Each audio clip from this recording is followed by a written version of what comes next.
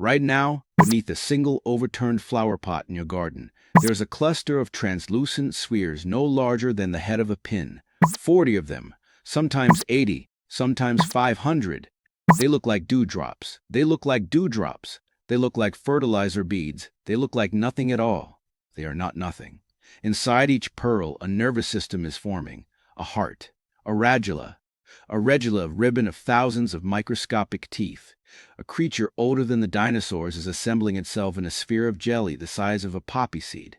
And you have probably already walked past one today. Lean closer. Closer than you would normally allow yourself to look at something on the ground. The cluster is gelatinous, semi-transparent, often pearl-white, but sometimes faintly amber, faintly gray, faintly green. Each individual egg is between 1 and 4 millimeters across. The shell is not a shell at all. It is a flexible capsule of mucopolysaccharide gel, the same family of compounds that gives your own joints their cushioning. Inside that gel, a single fertilized cell has already begun dividing. Descend further, past the gel layer into the embryo itself. By the third day, gastrulation has occurred, the same fundamental process of body-plan folding that occurs in your own species, in fish, in elephants, in everything with a back and a belly. By day 7, you can see, through the translucent capsule, a dark spot rotating slowly. That is the embryo's foot. It is already practicing the wave-like muscular contraction it will use for the rest of its life. By day 14, an optimal soil moisture between 8 and 20 degrees Celsius, a tiny shell begins to calcify on the snail species. A tiny shellless, slate blue body on the slug species. Both are coiled. Both are waiting.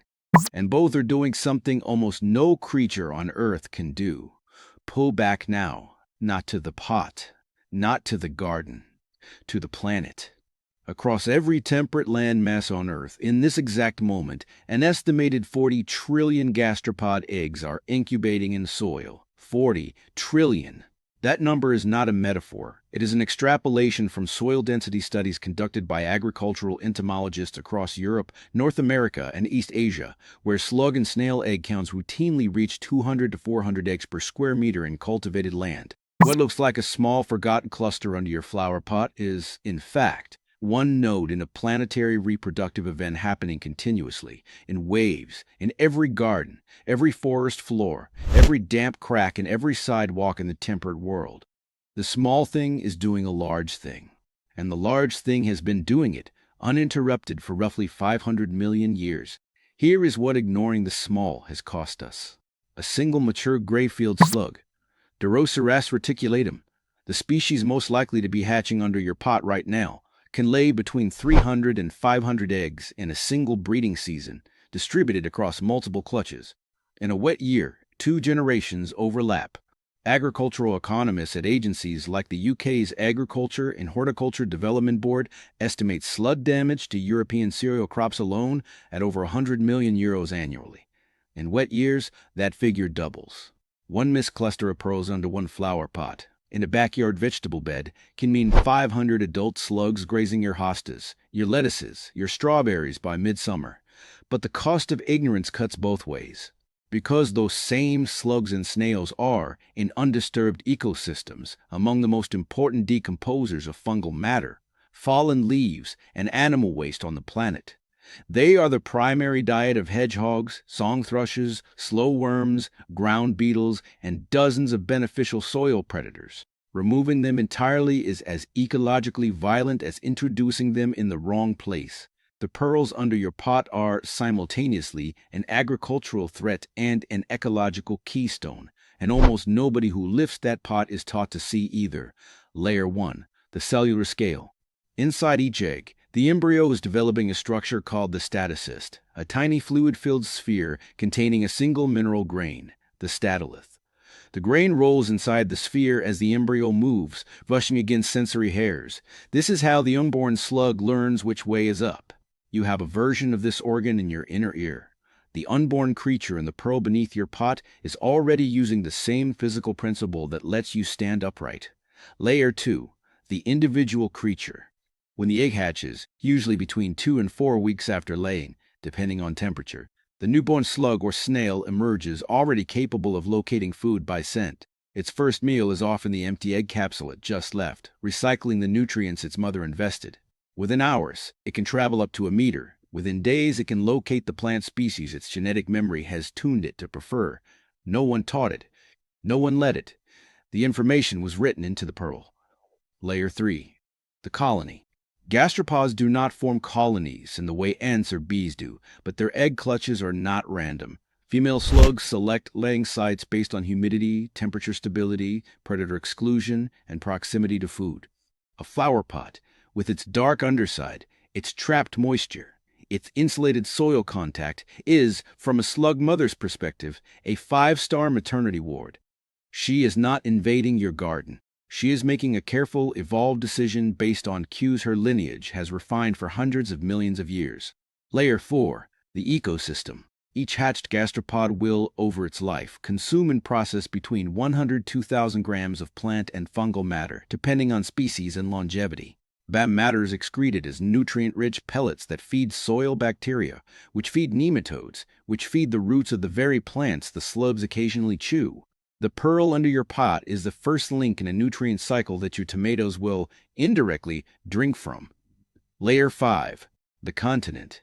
Across Europe, slugs and snails are now considered indicator species for climate change. Their northward range expansion, their earlier breeding seasons, their increasingly overlapping generations, all of it is being tracked by malacologists, the scientists who study mollusks, as a slow-motion biological thermometer.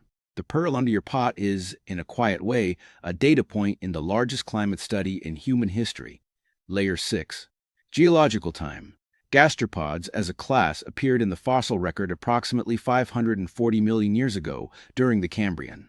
They survived the Ordovician extinction, the Devonian extinction, the Permian extinction, which wiped out 96% of marine life.